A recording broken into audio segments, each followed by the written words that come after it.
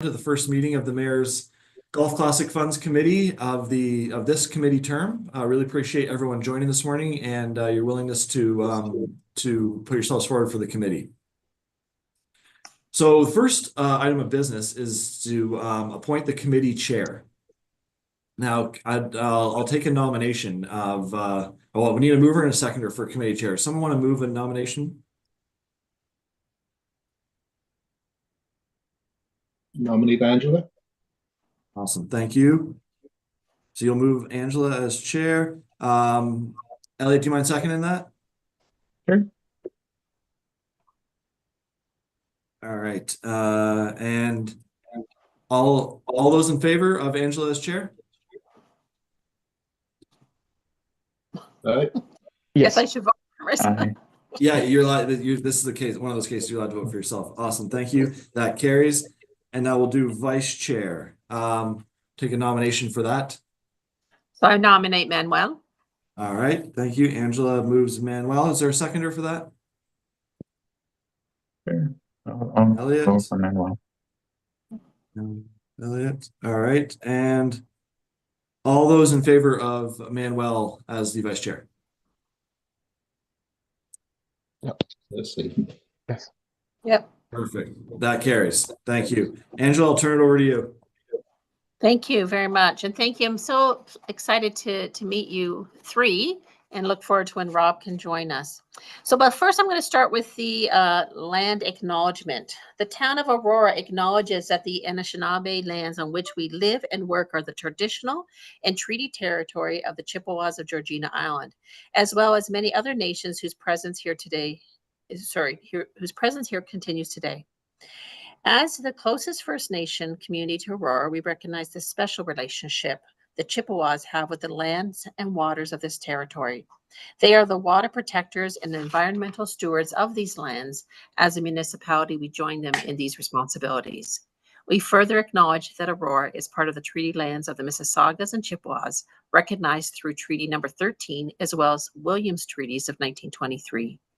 We shared a shared understanding of how the rich cultural heritage that has existed for centuries and how our collective past brought us to where we are today will help us walk together into a better future. So now we're going to move on to the approval of the agenda, which should be in your records and online. May I please have a motion to approve the agenda as circulated by the Legislative Services? Moved by? Anyone on the group here? I do. Thank you, Manuel. And seconded by? Sure. I'll second it. Elliot, thank you. Any questions or comments on the agenda as distributed? If not, I'll call the vote. All in favor? Anyone opposed? In favor of the Ping, I don't know if Ping, if you voted? Yes, I will. Thank you. So if we want to raise our hands, just so I can see that a little bit better than maybe voices, that'd be great. Thank you. Okay. Okay, so declaration, this is the word I always get wrong, declarations of any pecuniary interest or general nature thereof. So I do have an application. At that point, as chair, I'll have to back out, and Manuel, as vice chair, will take over the discussion related to my application, which is the item number 7.3. That would be my only interest. Anyone have any other conflicts of interest, etc.? I could explain this part, Madam Chair. Please, thank you. Yeah, this as our first meeting. So this is declaration of pecuniary interest or general nature thereof is any sort of disqualifying interest. When you look at the agenda, if you have, let's say you're on the board of one of these not-for-profits or charities that's applying, or any sort of relationship with the not-for-profits or charities that would render you unable to make a fair decision. In that case, you'd have an interest. And you'd raise your hand at this point in the meeting. Again, most likely that you don't, but I just wanted to make that clear for this part. Thank you, Mike. No conflicts on my end. Okay, if there's no conflicts, we'll move on. Now, Mike, considering there was only me at this and yourself at the meeting on December 11th, how do you want to proceed with the vote there? We still need to receive the minutes. I hopefully everyone will take my word that the new members will take my word that they're correct. Yeah, it's just a procedural thing to receive. So item number 5, receipt of the minutes, the Mayor's Golf Classic Funds Committee meeting minutes of December 11th, 2024. May I have a motion to receive the meeting minutes of December 11th, 2024? Yeah, Angela. Thank you, Manuel. Moves. Seconded by? Elliot. Thank you, Elliot. Any questions on the minute meetings from December 11th, 2024? If not, I'll call a vote. All in favor? Anybody opposed? Okay, I'm going to suggest that's carried. Okay, thank you. Delegations, we have no delegations. Do you want to explain what you mean by delegations, Mike, to the group? Sure. If there's an application on the agenda and someone wanted to speak to it, we would put them and inform them either for or most likely for, very rarely against an application. We would invite them to delegate. I don't know if we've ever had one, but if there ever was anyone interested, that's where we put them. Okay, thank you. No Okay, so problem. matters for consideration. So as we've already discussed, you can see on your agenda, there are 3 applications. So each matter will be dealt with separately. Request for a motion to put the item on the floor for discussion and then ask for a confirmation on the committee's direction before calling the vote. Mike, before I move on to 7.1, do we have someone here from Learning Disabilities Association? Yes, Helga's just joined us. Helga's just, okay, thank you. So generally what happens, committee members, is we would have someone who would be able to speak to the application and answer questions that we may have on that application. So now we're going to look at 7.1, the application from Learning Disabilities Association of York Simcoe regarding a funding request for summer camp. This application was deferred from the December 11th meeting in 2024. And that was because there had been some questions from that committee and there was not, the applicant was unable to attend. So may I have a mover or seconder to put the item on the floor for discussion? Moved by Manuel, seconded by Elliot. Thank you. And so the application is from the Learning Disabilities Association of York Simcoe regarding their funding request for a summer camp. So when we will hear from Helga, Helga? Sorry, I can't see the name. Yes, Oh, there you are, thank Helga. Sorry, Helga, thank you. When we hear from Helga, we will then decide as a committee if we will grant the funding request, deny the funding request, or defer again. So Helga, thank you for being here in the committee. Can you speak to your funding request? I'm just going to get it in front of me as well.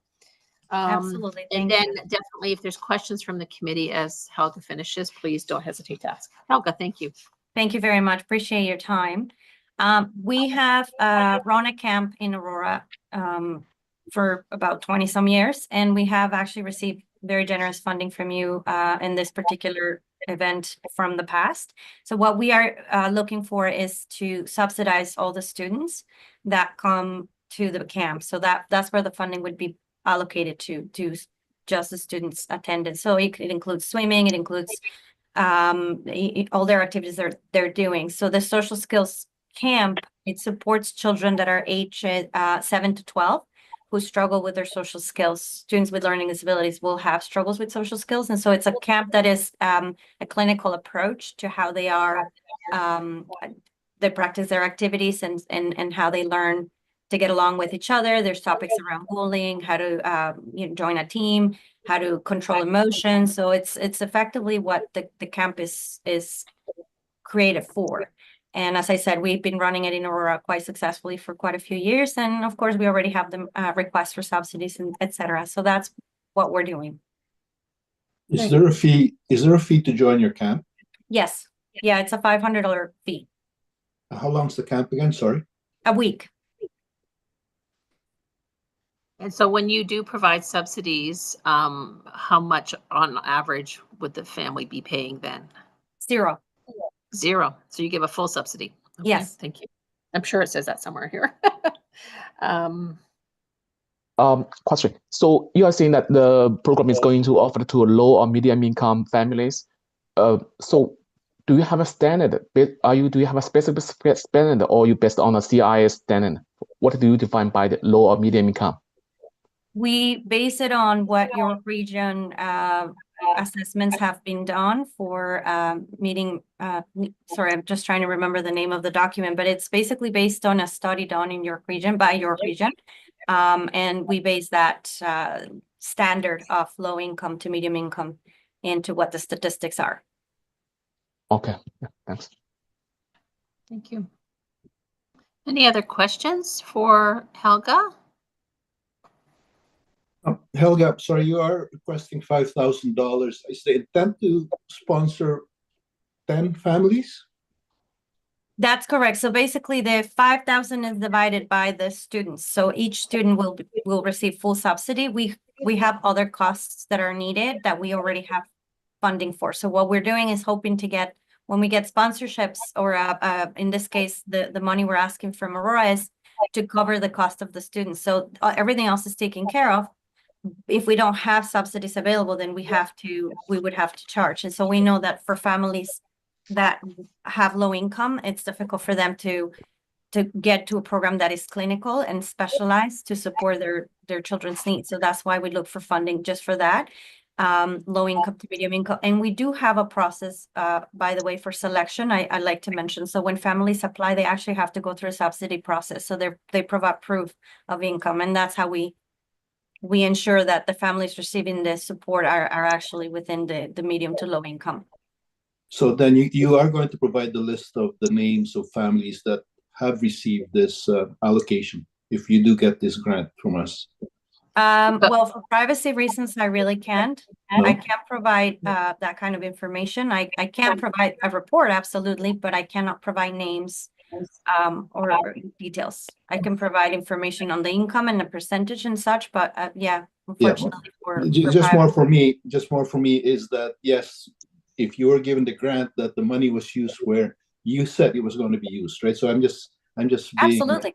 Yeah, so how we would do that is we can provide our reporting and how many students were funded, and we can provide you a statistics on we could provide information in regards to the application of the client and just take the names away. There's absolutely a way to provide information without disclosing personal information, yes. It would be my preference as a member of this committee that, yes, some sort of proof be submitted to this committee so that we know that, if you are granted that $5,000, we know that it was put to the purpose that it was requested for. Absolutely, I understand that. And I would just request that you provide information on what that information would be, because we, of course, need to make sure that we have the ability to provide that information. So I appreciate, sorry, Manuel. I'm just new to this, I'm just Yep. I'm going through this. So if I'm out of line, just please correct me. No, I appreciate that, Manuel. And I think it's you're doing your due diligence.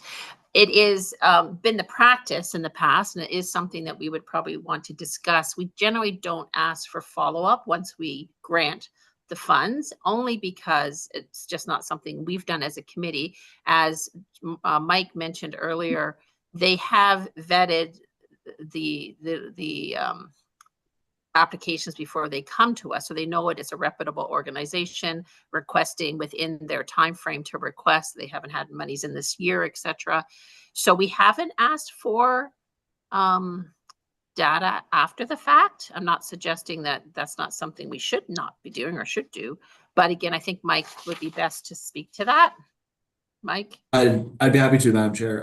So it's actually in the guidelines that reports, and maybe it doesn't say required, but we do appreciate. So the committee's certainly not out of line asking for a report. With Helga, there's no template to it. So I think just in terms of how you use the funds, you want to send it. If you send it to me, I'll make sure that it gets to the committee after that. Absolutely, and that's completely understandable.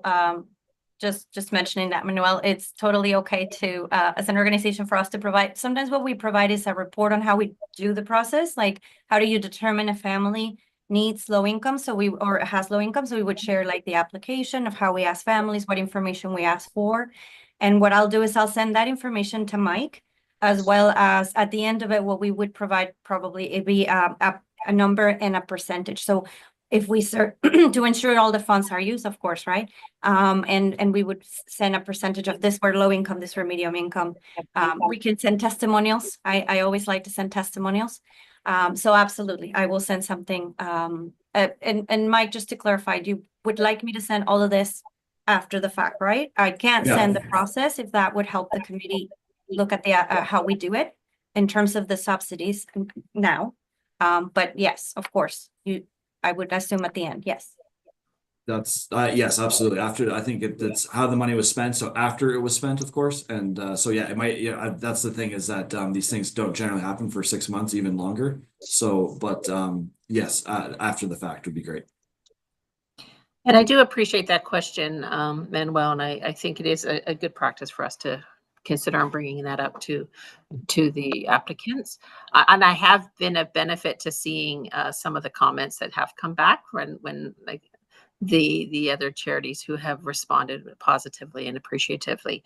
So let's put this on, let's move forward. So I'm now going to call for a vote. Sorry, I just lost my sheet. 1 second. Got myself all turned around. So as I mentioned earlier, we are going to either grant the funding request, deny the funding request, or defer to the next meeting. So if the committee does not have any further questions or comments for Helga, and Helga, I trust there isn't anything that we've missed that you may want to share, and if there is, you can ask for that. Otherwise, we're going to move on to our vote. So I'm going to put on the table here, grant the funding request. All in favor? If you want to just raise your hand there. I can't see everybody, so maybe Mike, you can better in your view. Yeah, everyone's Okay. raising. All right. And so if there's no opposed, then that carries, and congratulations, Helga and your team. And Mike will reach out. Yeah, just to be clear, that's for $5,000. That's $5,000. Sorry. Yes. Okay. Perfect. Thank you. $5,000. Carried. Perfect. Thank you. Thank you Thanks, very Helga. much. Good luck, Helga. Thank you Good very luck. much. Yes. Thank you. Enjoy. So, Mike, do we have an individual from Hill House? Yes, Joanne's just coming in. Okay. Hill House. Hill House. Yeah. Hello. Hey, Joanne, thank you for joining us today. Thanks for having me. So what we're going to do, Joanne, is you can speak to the application. I've just got it here somewhere. I'm sorry, I got too much paper. You'll speak to the application. The committee will ask any questions, and then we will take it to a vote, and we look at either granting the request, denying it, or deferring it if we need more information. So I'm going to ask that Joanne does speak to her application from Hill House Hospice regarding the 2025 Walk for Compassionate Care. But first, I need to ask for a mover and a seconder to put the item on for discussion. Moved by, his hand is popping, Elliot, seconded by, Manuel. thank you, Manuel. Okay, so please, Joanne. All right, so thanks so much for having me. I am the Director of Development at Hill House Hospice.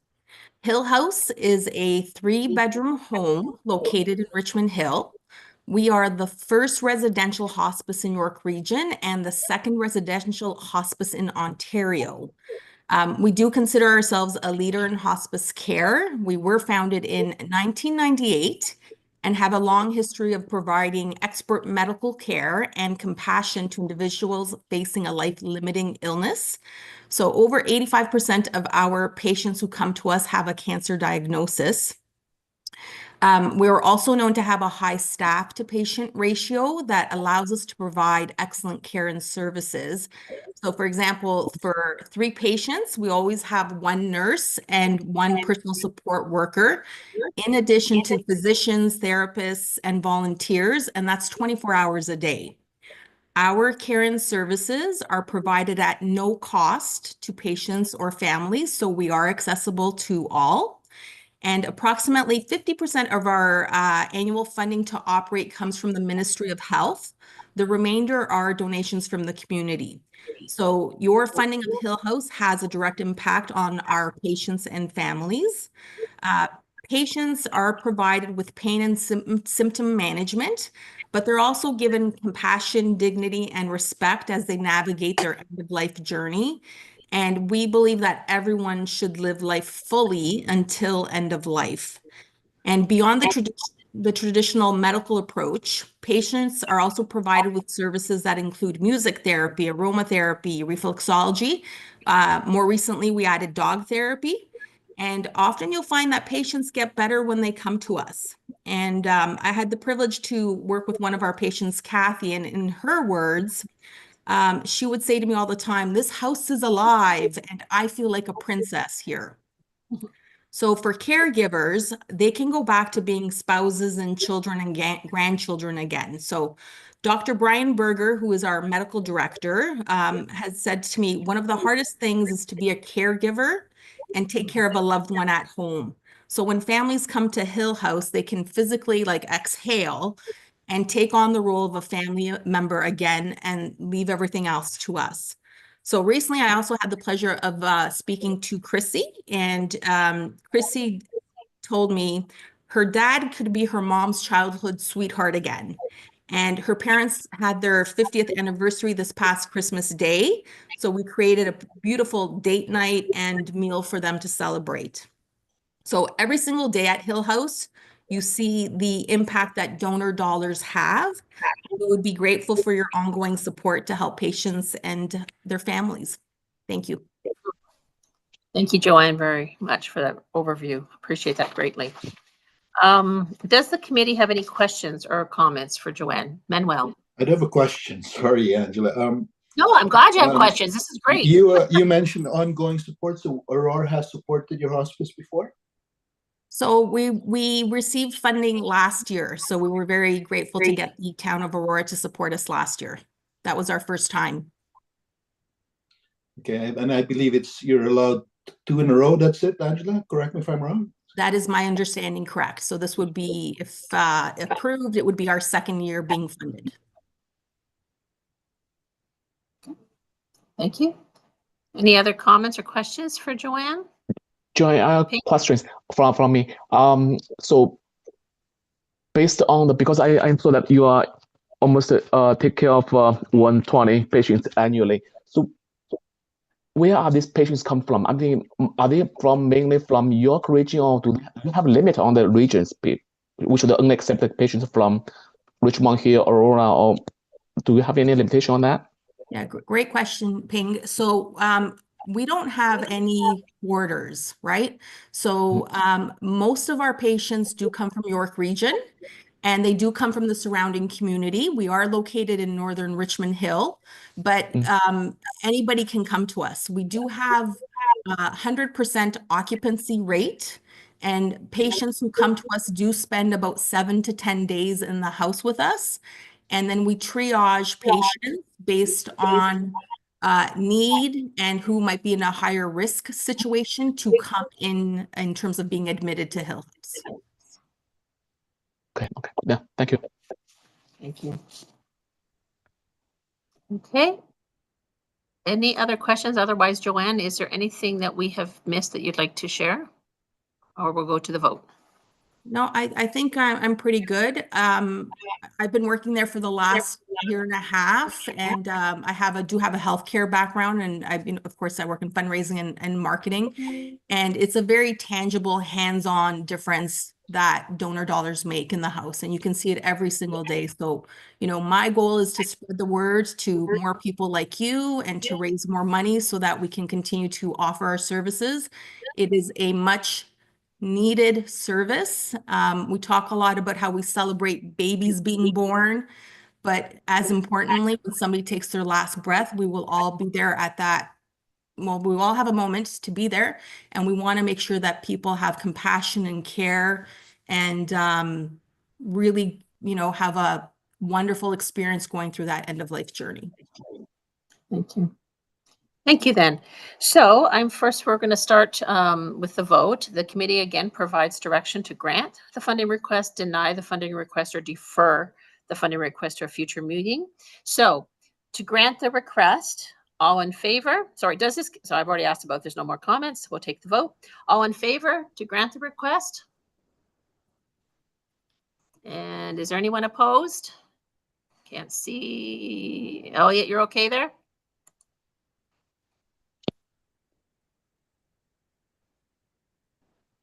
think I've lost Elliot. Sorry, I just have to step out for a couple Oh, minutes that's if okay. that's okay. We're just taking a vote to grant the request for Hill Yep. House. Yep, Okay, I so- second that. So it It's a looks great like cause. we're all in favor. Yeah. And that carries. Thank you. Thank you very, very much. Means the So world the to us and to all Aurora of the team will, people that we serve. thank you. Then the Aurora team will be reaching out, Joanne. All right. Thank you. Thank you so much. you. Thanks for your Take time. care. So the next application is from me. So I cannot share this portion. So Manuel, The sorry, rookie Mike, gets the did honor. Manuel receive any notes? Yeah, this is, of course, man, well, we do this to you on your first day. So I know Elliot has to step out. Elliot, if you're there, we could really use you just because of the rules with Angela's application. Being honest, she can't participate in the vote. So it's not, we could still do it, but we could really use Elliot just as a seconder here, if he's there. So Angela, did you get funding last year? Yes, I did. So this is your second year as well, I guess. Yes. Okay, Elliot may not be there. So, Manuel, do you want to just start with getting a mover and seconder? Angela, in this case, the Conflict of Interest Act does say that if you're allowed to participate if we lose you as for quorum. So you're still allowed to be there, still allowed to second the application if you feel comfortable doing so. So you could first it then. Yeah, sure. Manuel, do you want to get a mover or get Ping to move the motion and Angela to second? Ping, can you get to Yeah. move the motion to? Is it motion to consider this application? Is that what it is, Mike? That's Okay. correct. The motion to consider this application. Any movers? Did I hear Ping say yes? Yes, I think so. Yes, yes. Any a second? And I'll second. Okay. Thank you. Then I guess Okay. Angela, now it's your turn to tell us why you want $5,000 funding. Why Exactly. it's your money. Oh, I want them to thank you very much. I appreciate this opportunity. So I've listed on this application 3 distinct programs. The Salvation Army has a host of services and programs that we offer within a Central York region, Aurora, Newmarket, East Gwillimbury, Bradford, into Mount Albert, etc. The majority of our clients that we see on a regular basis, because of where we're situated in Aurora, is Newmarket and Aurora clients. That would be the majority. So that would be for our food bank, for example, for people who are coming in for gift vouchers and gift card vouchers and a backpack program, etc. And my new program, which is Empowered Moms, Single Parents Focus Group. So really what I'm asking for is $5,000 to assist with our overall programming, specifically in these 3 areas where I'm seeing the greatest need right now. The Salvation Army, as many of you know, does raise funds throughout the community with our kettle campaign, other donations, etc. Unfortunately, because of the Canada Post strike, our Christmas donations were down, which then of course impacts what I can do. I'm also seeing, and I would say not just me, any food bank in any region, probably within Canada, but definitely here in York region, we are seeing after Christmas a natural decline of donations of food. And what we don't often get, definitely not from the community, but is good quality perishable items. So eggs, milk, meat, etc. And so when we come to our food bank day, which is on Thursdays, we sometimes have limited food that people can eat. And a lot of the meat we get is pork products. And the majority of our clients that we're seeing do not eat pork for personal reasons or religious reasons, primarily for religious reasons. And so I've come to a place where I think at basic, we need to be purchasing eggs on a regular basis, milk on a regular basis to have some healthy proteins. And also I have contacts for meat that would be more appropriate for the needs of these clients. So definitely financial assistance will help with supplementing what we do get from donations and trucks that do drop off. Our Single Parents Focus Group, Empower Moms, is a new program that we're starting on March 18th. I currently have 18 mothers and their children registered, And so that has increased my cost and my budget in relation to, we do provide them with a lovely dinner to make it easier for the moms to come with their children to participate in the meeting.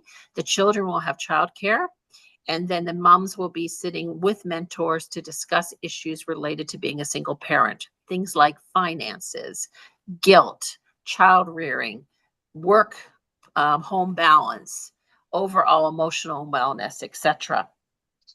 And that program I had hoped to have established back in the fall, but it was not able to run due to some other issues that arose during the fall and other programming needs. But I am excited. I think by putting it off to now, the timing has worked out perfectly because these moms have really stepped up and have shown great interest. So when I did the application, we had 12 moms registered. Now I have 18 mothers and over close to 30 children that will be participating, which again increases the cost of that overall event. The clothing vouchers, gift cards, and backpack program and overall financial support, I kind of put this under one umbrella. These are programs that we have to either seek out gift cards from community donors or purchase gift cards such as gas and food cards. We are seeing individuals living within our communities who are living in their cars. So we are giving gas cards for that purpose. That's primarily the need for that. Definitely food cards for the same purposes. Personal items that we either are donated or we have to purchase for some of our homeless folk. And back in 2024, I did start a very small backpack program for our families who more frequent our food bank. And that I want to increase. We were fortunate at Christmas during our toy program to get some backpacks and to get some school related material, but I can foresee that either we're going to have to purchase more unless we can get great donations from the community. So really my top needs are the food bank, single parents group, and overall financial services that we provide to clients. That does not encompass all the other work that we do in relation to our subsidized camps, our mental health services, and our newcomer programming. So that's my question. That's my comments.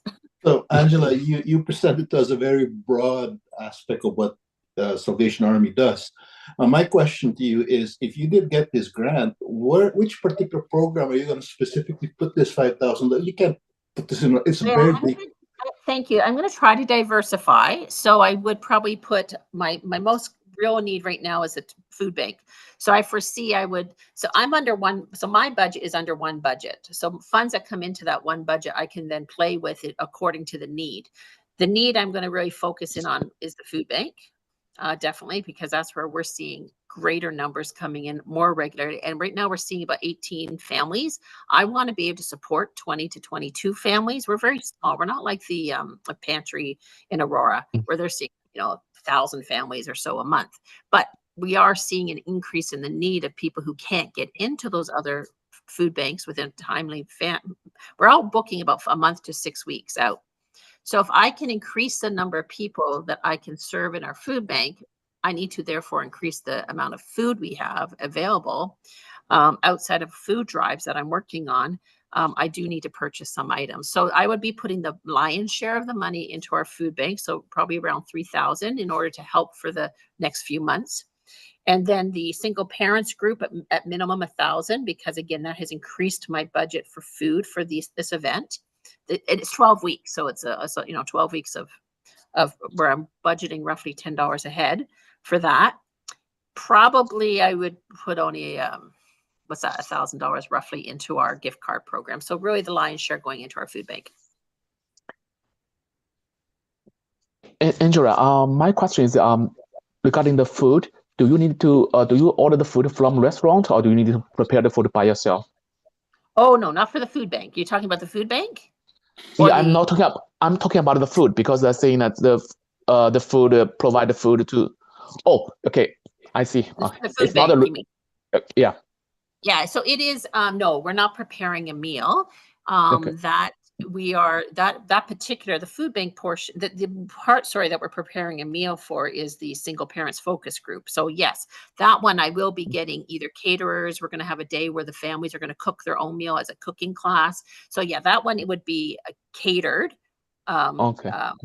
But in regards to the food bank itself, no, I'd be purchasing product to be giving out to the client. So be it I see. meat, eggs, or milk in this case, because those are the products we don't generally get as donations. Okay. I mean, suitable meat. We get a lot of pork, but again, our clients aren't using pork. So Okay. meat. Yes, Manuel, please. No, I'm sorry. I love it. I'm just saying, I'm just thinking beggars can be choosers, right? So if we then cater to everybody's, anyway, I hear No, you. I hear what you're saying. I hear what and you're it's saying. not yeah, I hear what you're saying, and there are individuals who'll be willing to take chicken, pork being restricted on, especially for the Muslim community, is more of a concern for me. And I also want to ensure that I'm buying more culturally sensitive, like more rice and beans and things like that we're seeing our clients using. So yeah, some of the stuff we get, I'm going to be very honest and blunt. And I'm also like, we do get 2 trucks that come during the week, or sorry, 1 truck every week, 1 truck once a month. The 1 truck every week is a York Region food bank truck, and their stuff is generally very good. I'm honest when I say the truck that we get from the Salvation Army, which is my organization, and they're based in Scarborough. And so they bring food to us once a week and other items for the clients, isn't good. Like often it's past due, past expiry. Some meat doesn't look suitable and the vegetables are very poor. So I do work with other organizations like the York Region Food Network to support them. And I have purchased from them.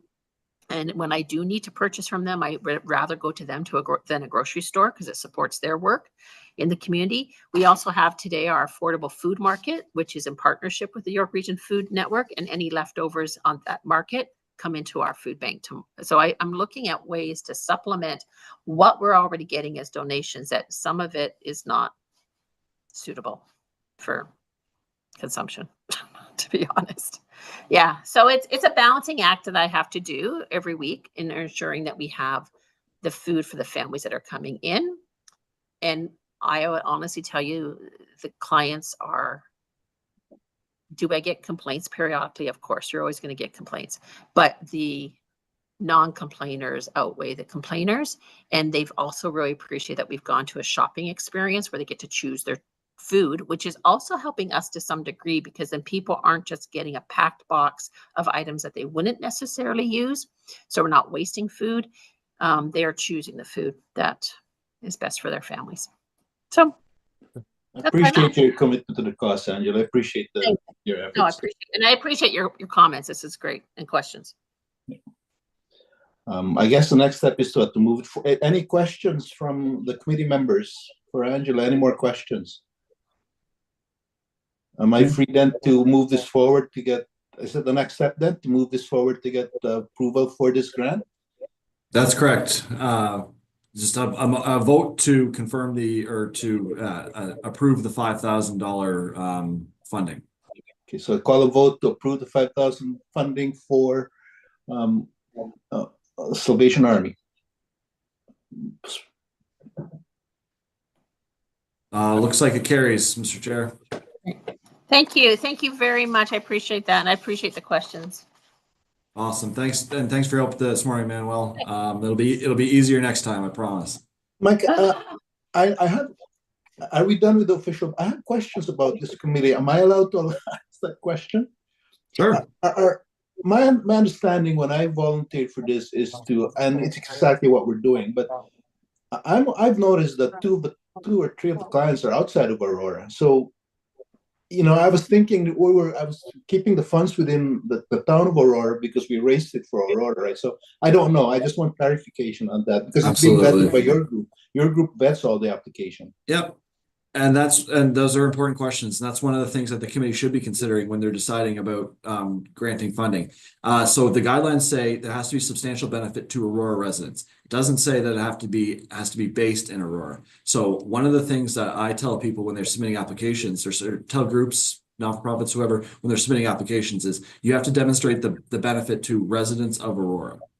And so that's one thing. It's a really good question, and one thing to look for, or one thing to look out for, and to ask if you don't feel satisfied by an application, to ask the representatives that come before the committee and say, how does this benefit Aurora? Because exactly what we're trying to do here. This isn't like the York Region charitable fund. It's the Aurora Mayor's Golf charitable fund, and so it's a very good question, and one I hope that the committee will continue to ask moving forward. Yeah, because you've got these three applicants today are institutions that have their own funding. So why would they require help from us? You know, and it's for a mere value of $5,000. I think we can give it to somebody else for the town of Aurora, right? That is my opinion. Anyway, we've approved all this other, but moving forward, since it comes through your group, Mike, I think we should vet it more and see where it's being used. I don't know how much money is left that we're allocating. So if there's only $15,000 left, let's leave it for the town of Aurora instead of giving it somewhere else, right? So that's my opinion.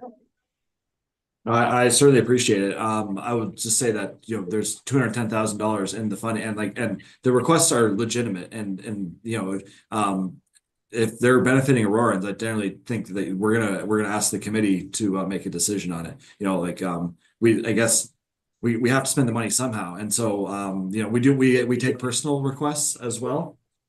If somebody can demonstrate personal hardship, those requests will come to the committee in a closed session manner.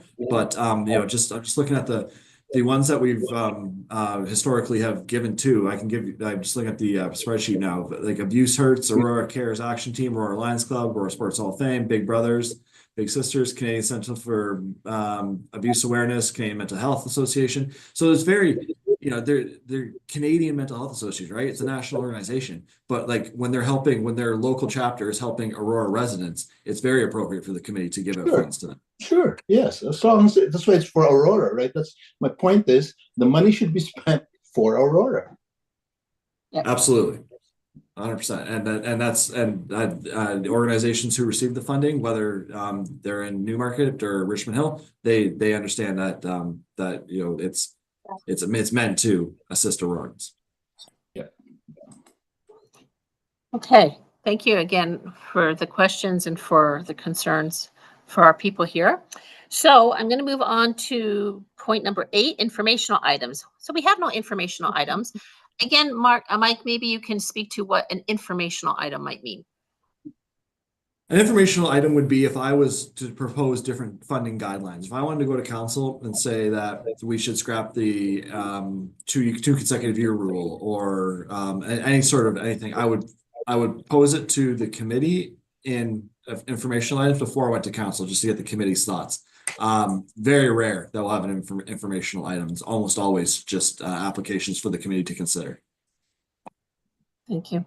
I think one of the items that we have discussed briefly, Mike, has been, given the amount that we have to play with as such to provide to the community, is if there would be a time when we would consider raising a limit depending on the situation. So rather than a 5,000 limit, a 10,000 limit, or whatever we come to decision on. Absolutely.